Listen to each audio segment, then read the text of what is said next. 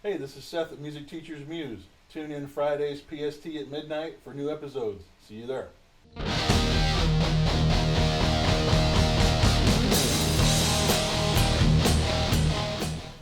Hey, welcome back. Today we're talking about how long should your lessons be. So let's jump right in here. The average length of the lesson is 30 or 60 minutes, but I also do 45-minute lessons myself. Most students don't do anything longer than an hour. I can remember one student in all the time I've been teaching who did an hour and a half lesson every week. He was the most advanced student I've ever had, the most dedicated student I've ever had. John, what's up, brother? But it also depends on a bunch of variables. I don't do anything less than 30 minutes. If I drive to a client, I don't do anything less than 45. Should be an hour, but that's a different parameter also. Sometimes an hour is too long, which we're going to get into. So let's jump into all the reasons why you would want to schedule a lesson at a certain length and what goes along with each one of those time frames. So if you're in a store or a school environment, that's going to be predetermined for you. So you don't have any choice in that. I don't remember the one independent music school I did teach at, actually out of two of them. I can't remember if they did 45-minute lessons there or not, but usually it's 30 to 60, and that's just because it's easier, and it's easier to book students back to back that way. If you have two 45-minute lessons back to back, it's actually better because you get paid for an hour and a half, but you don't have two students versus having to have three half-hour students. It's the same amount of time, but your schedule will still have the same amount of time filled up. You're still making the same money, but you have one less student. So that's one perk of doing like a 45-minute lesson, or the longer the lesson, the better, because it's more time you have filled with less amount of students, and you're still making the same money. You know, two half-hour students and 1 hour student, same amount of money. So that's up to whoever books your lessons at whatever environment you're in, if you're in that kind of environment. Now, if you're a private teacher, of course, you can determine what that is, what the time length is going to be, depending on the student and all the variables that go with that. So the next thing we want to get into is, the age of the student and the attention span. That will largely determine how long the lessons are supposed to be. Most kids, 30 minutes is going to be more than enough time, especially if they're really young, or if they're just, like, say you get a 15-year-old with severe ADHD or something. 30 minutes is going to be as long as you want to be in the room with them. Not because they can be annoying, but it's going to drag out, because keeping them occupied with as much as they're like with everything, because they can't focus very easily, that's going to be difficult. So just keep that in mind. Sometimes 30 minutes is too long for some kids. If you get a 5-year-old who's really shy, which is rare because usually you don't take students that young. I've done piano lessons with a kid as young as 4. And sometimes they do really good, but half hour is as long as you want to book them for obvious reasons. They can't process, even though they soak up information like a sponge, they can't process a whole lot of it at once at that young of an age. You gotta give them little bits of information, 1 or 2 things at a time, and just work with them on those, and you're good to go. And you just gotta and it also can be draining to do more than a half an hour with a kid that young, because you gotta be up all the time, because they're full of energy. So if you're even if you feel that way, you gotta find that energy from somewhere, because you want to keep the energy level up to where the kid is enjoying themselves. It's more about them having fun than it is them actually retaining any musical information, especially when they're that young. But if they're not very talkative, or they're difficult, anything like that, you don't want to have them in the room for any longer than a half an hour. But you'll never, I don't recommend doing any lesson less than a half an hour, because it's not worth your time on your schedule or your money. And the only time that I've ever done lessons that were less than a half an hour were in the case of a Guitar Center, where we would do what they call jumpstart lessons, where it's a 10 to 15 minute free introductory lesson to see if they want to get signed up. And it got me a lot of students that way. So that was the policy of theirs. I don't do that on my own. I don't mind doing I don't mind doing an introductory lesson for a little less time to potentially get a student out of it, but I don't do free lessons. that's another topic for another time. But let's jump into the 45-minute lesson category. So it's a perfect in between. As I mentioned earlier, if you have two 45-minute students back to back, it's like having 3 half-hour students. It's the same length of time. You make the same amount of money, but you have one less student. So it's actually in your benefit to do that. It's also good because you have a student who half hour is not long enough for, but an hour is too long. Like one of my students who I've been teaching for 4.5 years now, he just graduated to where he's comfortable with an hour lesson. Before, 45 minutes was like perfect. After 45 minutes, he's kind of burned out and he's got other things on his mind. He's close to 14 now.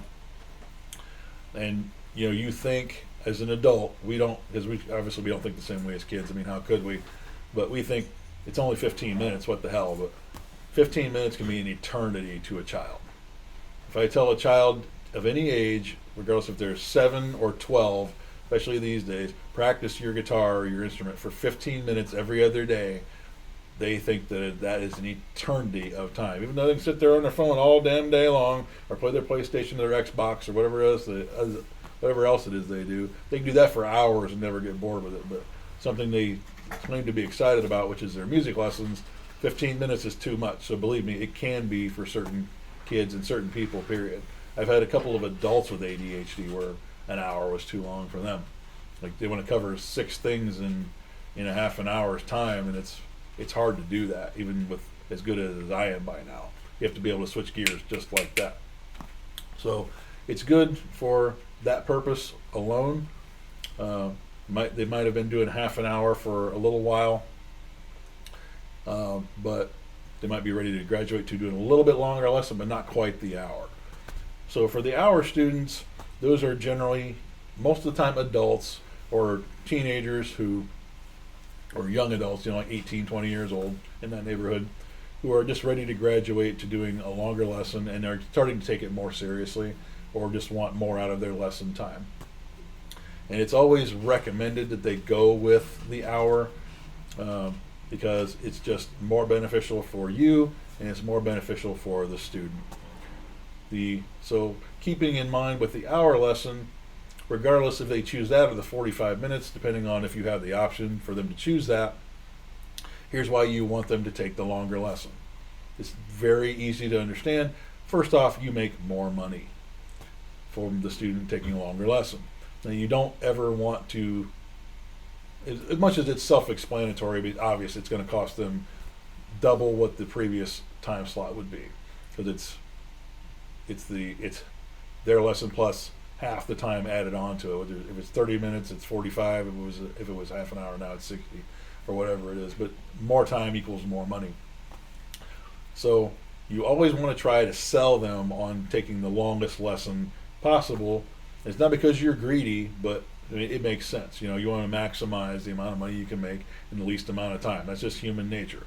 I'd rather work 20 hours a week and make $30 an hour, or whatever that amounts to, than work 40 hours a week at $10 an hour, because less time, more money. And so you just tell them, hey, it's recommended that we recommend everybody try to do an hour. It is twice the cost, but this is if you're in a store environment or if you're just doing this privately on your own, because you get more out of your lesson. If you have a half hour booked, you say, hey, you tune up, you talk about your day, your week, and life in general, and by the time that goes by, that could be a third of the lesson, and you only got 15 to 20 minutes to learn something, including review from last week's lesson, whatever they're learning new, and then any questions they have about anything you covered. So that makes the lesson just fly by really quick. 45 minutes to an hour, as long as the lesson is going smoothly, will fly by fast anyway. So you don't want to make it about making more money for you, which is, that is what we are doing, but don't let them sense that, because it's just, you want to bring it as it's a benefit for them and it's a benefit for you. Everybody wins that way. But just sell it to where it's the thing that you recommend the most, which leads me into the next part of this episode, which is where you want to be really super brutally honest about what length of time is appropriate for each student. So Don't book a 5-year-old for an hour. You do, good luck to you, unless you have a 5-year-old that is exceptionally well developed and has better speech and memory and interaction and attention span than most percentage of 5-year-olds, then you're going to have a real hard time keeping that kid occupied for an entire hour. I've had 8 and 10-year-olds be able to do it. There are exceptions. I mean, I don't have any kids that young that I'm teaching right now, but even the kids that are 14 or 15 you have longer attention spans, they have a hard time doing an hour sometimes. So don't put yourself in that predicament just to make more money. You're going to regret that. It's not going to go well in most of the time. Can't guarantee that it will, can't guarantee that it won't, but chances are it's not going to be in your benefit to do that. You don't want a student who's dragging their ass and not enjoying themselves, and then you also don't want an angry parent, whoever's paying for the lesson, pissed off because you recommended they pay more for something their kid isn't enjoying. That's not going to look good on you. They are trusting you to choose that for their kid because you're the expert. That's why they come to us and want us to provide this service for their kids or even for themselves.